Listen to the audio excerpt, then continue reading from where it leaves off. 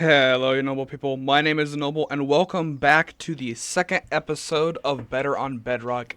This video is going to be different than the first one, as I kind of wanted to decide how this is going to work with me recording it. So I decided I wanted to do a mix of live action and also talking in the past, but I wanted to see before then if it was better to do one, just do one. So the first video is all live commentary, and this video is all recorded after the fact. So that way I can do longer form videos and edit it down. And as you can see, first up, I tried to go towards the north of the water tower to try and get the trial chamber, because I saw there was a spawner there. Unfortunately, this happens for a while where I just start punching the pillagers until are able to actually get through all of them, which it does take a while, and it leaves me with a lot of corpses after the fact. After I get my stuff back and start and fully defeat all of the pillagers, I looted the area. Now, this area actually didn't have anything too useful. It did have a lot of lava for some reason, which in coal and flint and steel, obviously this was supposed to look like a smelting room, so it had a lot of those types of materials, which was all said and good. I decided to go to the next corridor as there is no pathway other way. This new one wasn't as difficult, as I decided to craft a shield with a single iron that I had.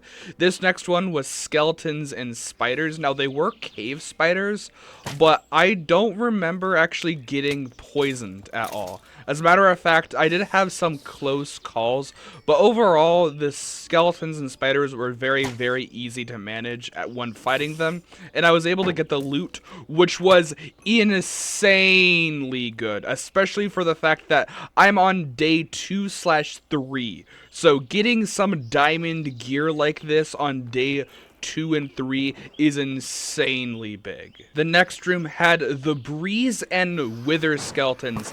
Now, I was a little scared as I've never actually met the breeze.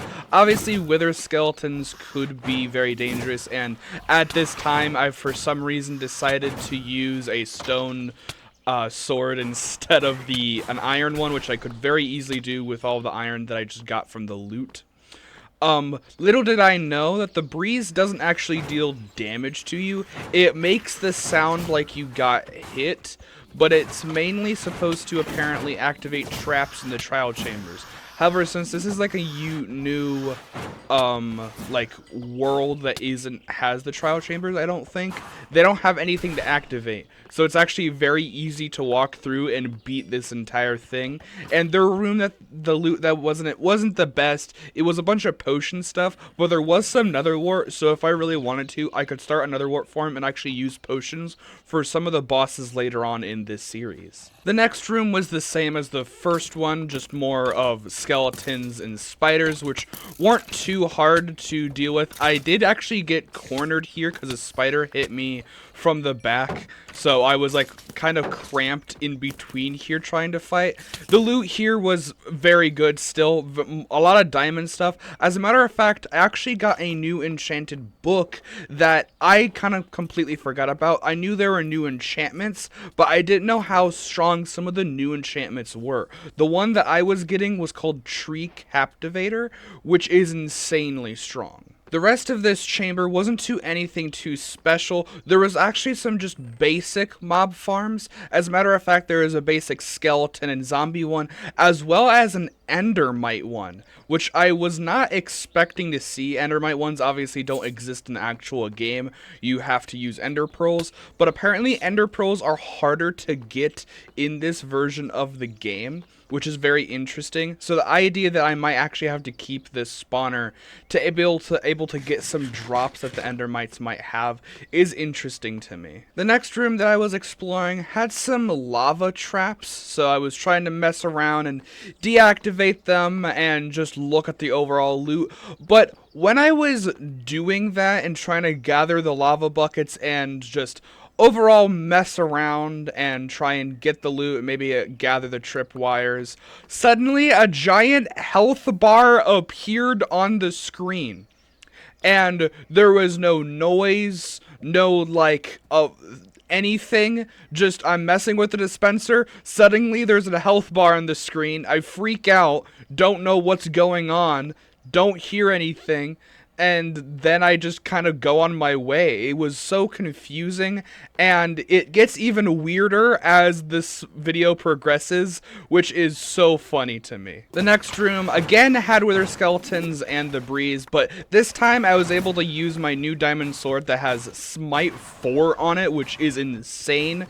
So I was pretty much able to one-shot all of the wither skeletons and just had to deal with the breeze, and this time I realized, hey, they really can't damage me, because they're just knocking me around. This is a replica of the other room, so it's another potion room. However, the last room was the room that gave me the biggest amount of loot I have seen yet. I thought there might be a big boss, as there was some sound effects and the health bar still was on my screen. However, this spawner actually was spawning piglin brutes. Now, at first, I'm scared. If you know piglin brutes, you know they hit like a truck and are very, very scary. However, I forgot about a key feature, that is, they can't be in the overworld. They all turn into zombie pigmen and are practically not that big of a threat. They do keep their axe, but they don't do nearly as much damage, and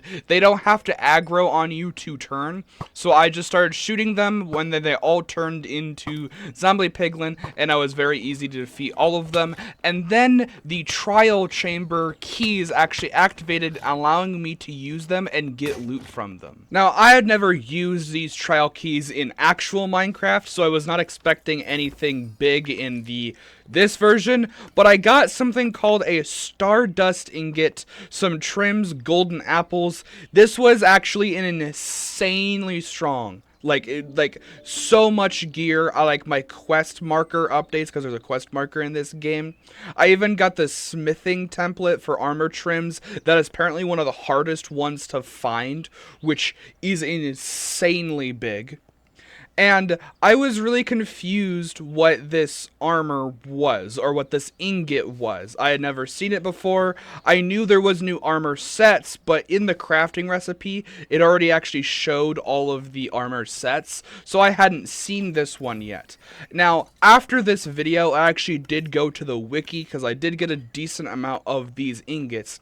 Basically, you use these ingots to make some upgrade templates and apply it to netherite. This is the better version of netherite in this mod, and by better version, I mean it actually increases your armor past what netherite does. Netherite really doesn't increase your armor, it increases durability and knockback resistance, not so much how much you're going to get protected. It does a little bit, but not as, like, you would be better off just making a bunch of diamond armor sets, because it's easier to get.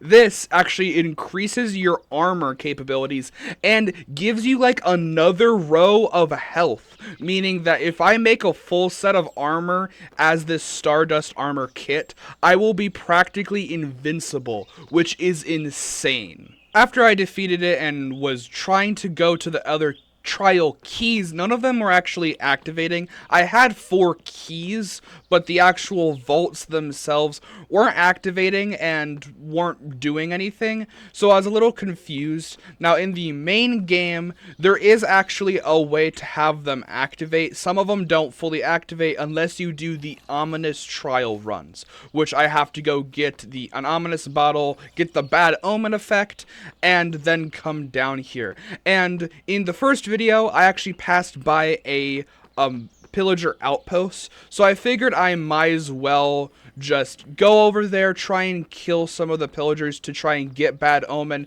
come back down, do the new version of this trial, and see if I can get even better loot, because after finding out how strong the Stardust armor was, I really wanted to try and get my hands on a full set decently quick. Keep in mind, this is only day 3 right now, so I'm actually making very huge progress. When I was getting ready to go back up the waterfall, some of the noises were still happening, and I thought maybe a boss was nearby and I wasn't gonna face it.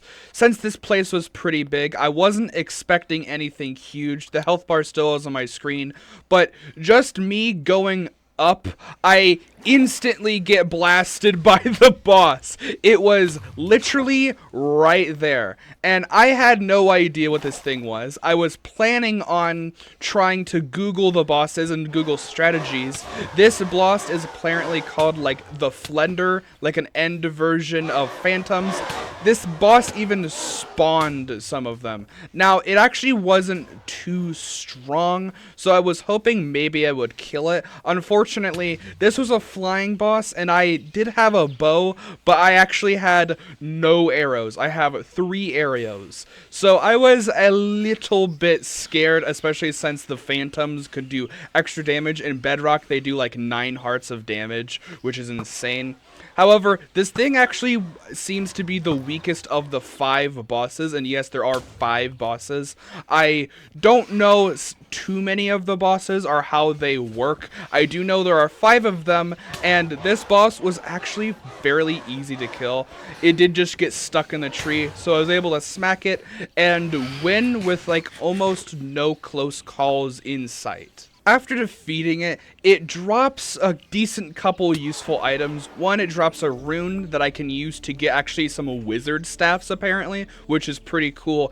And it also drops something for the end game. The end game thing it drops is its eye, the Flender's eye. This is how you get Eyes of Ender in this mod. I need to beat each boss. They will drop their respective eye, and then I use all of the eyes plus a ender pearl and craft a bunch of Eyes of Ender and then go and fight apparently a revamped Ender Dragon, which is a little scary, but I'm gonna be completely honest, this boss was a little bit of a pushover in my book. I don't know if it was because I fought him at day and the Phantom should have been more of a threat, but it actually wasn't that hard at all, especially for me not having a bow. I imagine I could probably cheese a lot of the bosses moving on forward if I have a strong bow, so I made a mental note of that and wanted to make sure that I had an actually good kitted bow for the rest of this series, because I could imagine some bosses that are a very close quarters combat being insanely difficult if I did not have a bow. I decided to make my way back to the Pillager Outpost, and this was actually more challenging than the boss, and that is pretty much all of my fault. I was having some lag issues in episode 1 and decided I wanted to turn down my simulation distance to 4 chunks. That is not what you want to do. If you have your simulation distance turned down, it means mobs can't spawn far away, meaning that it's going to spawn the same amount of mobs in a tinier area, meaning there was way too many pillagers spawning. They broke my shield like almost instantly, and none of them actually had on the banner that to drop the ominous bottles. So I was a little bit out of my depth and decided I would call the video quits right here. And I actually really liked this episode. We did so much, got so much gear, literally beat one of the bosses, and we're ending on day 4, technically day 5 because it is the night of day 4. Now, tell me if you like this style of video better. This entire footage was around 50 minutes of footage, so there was a lot going on in this necessary video and episode. However, I actually tend to like this more. Sure, I had to edit stuff down, but it means I can get these videos out quicker, and they're in a more consumable watch time. And if I want to possibly make this into a 100-day series, this is probably how I'm gonna make the 100-day series moving forward, but that's only after I finish everything. I'll do it episodically, then convert all of the episodes into a 100-day series. So yeah, thank you so much for watching. Stay noble. I'll see you in the next one. Bye.